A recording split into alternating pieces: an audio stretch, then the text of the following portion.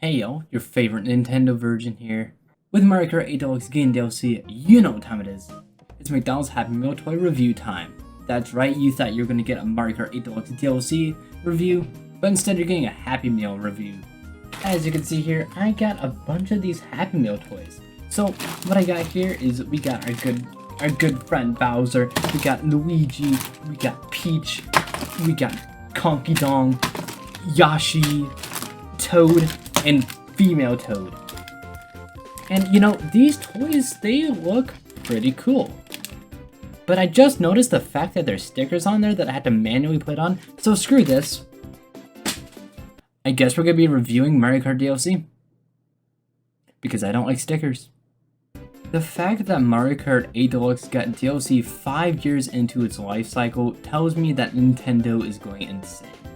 With there being no more Super Smash Bros. Ultimate reveals, with the last one being Sora, I guess Nintendo needed something to keep their fans at bay and to look forward to Nintendo Directs. So Mario Kart 8 Deluxe DLC is the way to go. In this DLC, we will be getting 48 retro Mario tracks, and we just received the first 8 of them. These tracks will be coming from a bunch of the mainline games from Super Mario Kart to Mario Kart Tour, and it's going to be quite a ride. With that being said, today I'm going to be giving my thoughts on the 8 tracks that we were given in the first wave of DLC and telling you whether or not these tracks are good. So without further ado, my name's Chris, and let's go! Starting us in the Golden Dash Cup, we have Paris Promenade. Promenade? That's how you say that word, right? Promenade? Okay. Promenade. Alright, listen. I'm a guy who has only played Mario Kart Tour for 5 minutes. And I only did it to get myself these Mario 35 pins. Other than that, I've never touched the game, so all of these Mario Kart Tour tracks are going to be new to me. Going into this track, I had no idea what to expect. So what are my thoughts on it? Paris Promenade is a track that takes place in Paris. No way! Really? First thing I want to say about this track, for it coming from a mobile game, I think it looks pretty beautiful. I didn't expect Nintendo to put as much effort into this track as they did, as when they initially revealed the DLC, it didn't look too good. Another thing I want to mention is the fact that you're going a different route in each lap. It's an interesting take on a track. I don't think there's a single track in Mario Kart 8 Deluxe that is like this, so this is a welcome change. Going back to the track itself, the scenery of this track is wonderful. I love the fact that in Mario Kart Tour, they took real locations and made them into Mario Kart, but made sure that they kept the Mario Kart feel, and I just think this in particular, being Paris, is a very beautiful sight to see. The track itself is also very fun to race on, as like I said before, it has a different route for each lap, and overall, I feel the track is a very well made one, which is something I didn't expect from the DLC. So to give this track a rating, I'm going to give it a 7 out of 10. I feel that it's a very good track, however, I feel it doesn't feel like it belongs in the base game, but it does at the same time, if that makes any sense.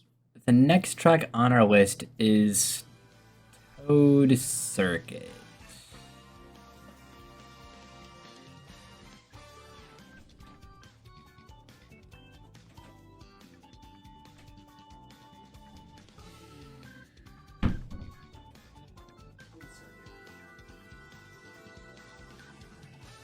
I love this track. Absolutely great. Toad Circuit is the track that the internet is well aware of to be the one with the fake grass. If you look at Toad Circuit and you look at the grass, you could tell it's not grass, but instead a kind of light green layer, if that's what you want to call it. Now, sure, the grass not being actual grass was pretty lazy on Nintendo's end, but to be honest, I could care less about the grass.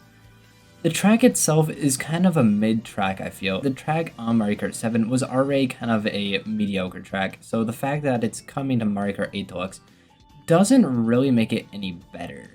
Now, I'm bashing on Toad Circuit too much. To be fair, this track is meant to be a beginner course, and we need one of those at least in the DLC, so this track was a good one to pick from. However, the track itself, I don't find it as interesting as other Mario Kart tracks, which is why I find it kind of a bit on the boring side. However, that doesn't make the track bad. The track itself, I'm going to give like a 5 out of 10, as it is kind of a beginner course, so it's going to be a bit more on the basic side. However, it's not necessarily a bad track, but it's the only mid track in this DLC. Moving on to the third track in the DLC, we have Choco Mountain from Mario Kart 64. Was I the only one as a child that thought that it was Choco Mountain instead of Choco Mountain? Well, I guess it's just me. Overall, I feel this track was well converted to Mario Kart 8 Deluxe. I feel the atmosphere of this track is a pretty good one for being in a mountain setting with a bit of the fog at the beginning, and the addition of enemies at the beginning kind of cheering you on definitely adds a bit of life to this track. I also like the fact that they added a cave at the beginning of the track. It definitely adds a bit more atmosphere to the track. With the glowing crystals inside of it, it definitely makes the track look a bit more beautiful. And I like the fact that they kind of kept the track the same while also changing up a few things, but not nerfing it too much to the point where it feels like a different track. Overall, I'm going to give this track an 8 out of 10. I feel it's a very solid course and definitely deserved a spot in the DLC. With the Golden Dash Cup coming to a close, we got one more track to talk about. And the last track that we're going to be talking about in this cup will be Coconut Mall.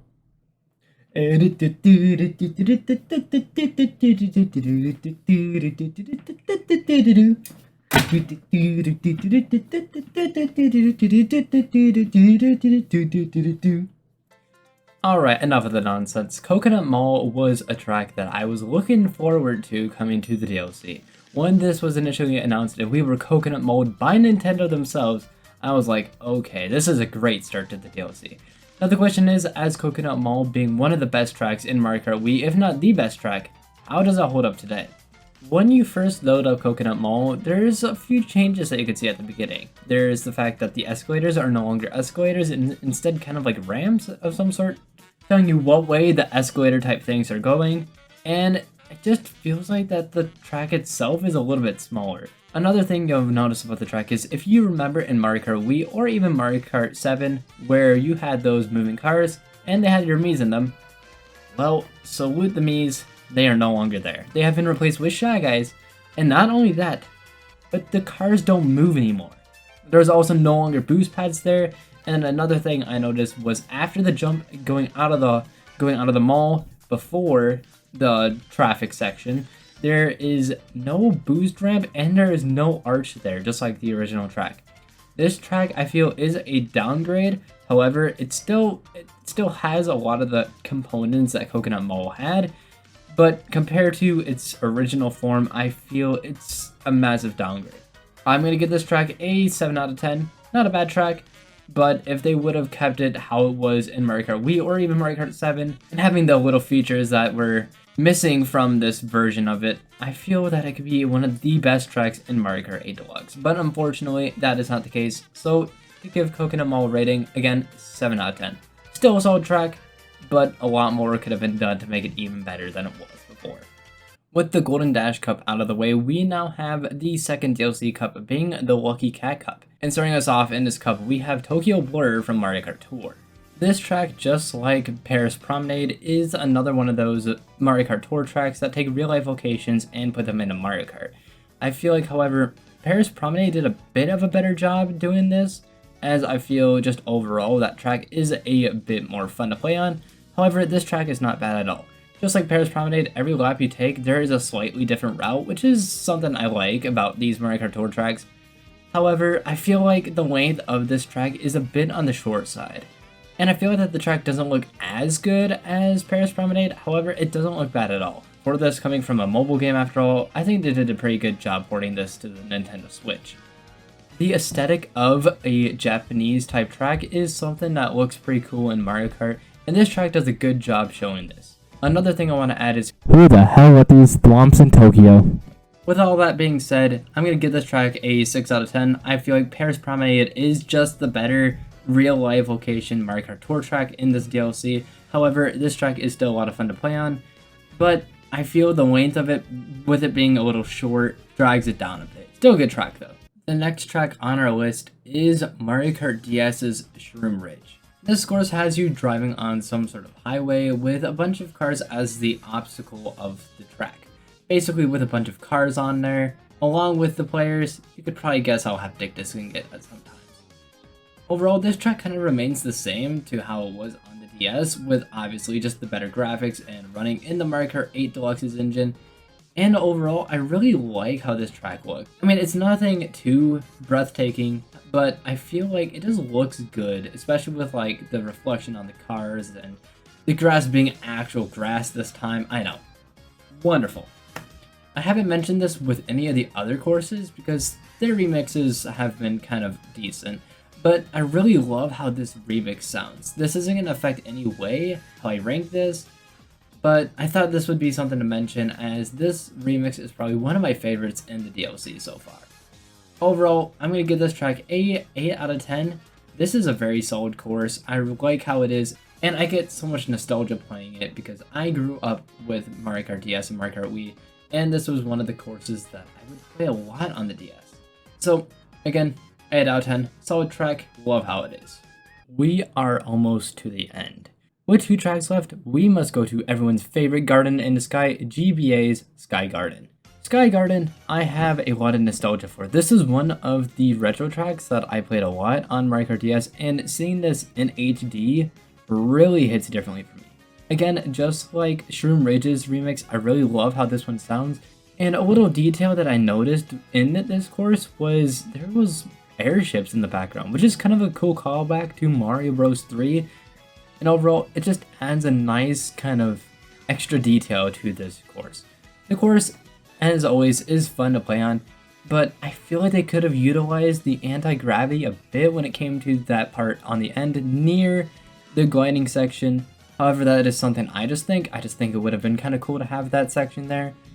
But overall, this track is a wonderful track, and I'm going to give this one a 7 out of 10. I mean, it's not as good as Shroom Ridge in my opinion, but for being a GBA course coming to the Nintendo Switch, I think they did a pretty good job keeping it kind of feeling like the original, but adding the Mario Kart 8 twist to it, making it feel brand new at the same time.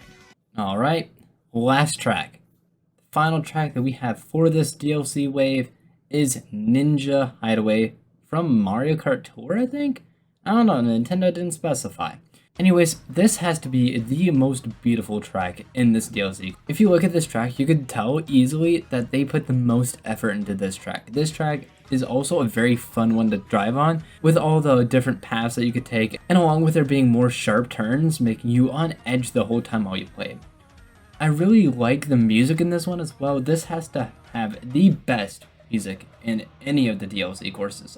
Along with that, I love the atmosphere of being in kind of like a ninja hideout, driving on top of like the roof of it, driving like inside of it. It feels like that you're like inside of the ninja dojo. And as a child, I really loved the whole ninja style of living as I watched this show called Lego Ninjago. And man, this nails the whole ninja aesthetic well. I think this track has to be the best that we have in the DLC at this time, so this easily has a 9 out of 10. If this would have been an original course, this probably would have been an easy 10 out of 10. However, it did come from Mario Kart Tour. It is a retro track. It's not a new course. However, this has to be the best DLC course that we have gotten so far. With Wave 1 of the DLC being out of the way, what are my final thoughts on this? I feel that besides Toad Circuit, we had pretty decent courses. Overall, I was satisfied with what we were given, and I feel like that the DLC being about 50 cents per track, give or take a few cents, I think it's gonna be worth it. Obviously, this is just the beginning. We don't know much about what we're gonna get in the future, so we're gonna have to wait and see what Nintendo decides to give us, but hopefully this remains to be as good as it has been. Wait, hold on. I'm getting a call. Hello? Yeah, this is Chris. Who is this? You're telling me that you work for Nintendo? Yeah, you gotta be kidding me. You're telling me that you know what the next 8 courses are gonna be for the DLC? Alright, what are they gonna be then? No, you gotta be kidding me. There's no way that that's gonna be the course. No, there's no way Nintendo would do that. No, you gotta be capping me, man. You gotta be capping me. No, I don't believe this. This is no. It can't be. It just can't be. All right, bye. An insider from Nintendo just told me what the next 8 tracks for Mario Kart 8 Deluxe will be. And the next 8 tracks are gonna be Code Circuit.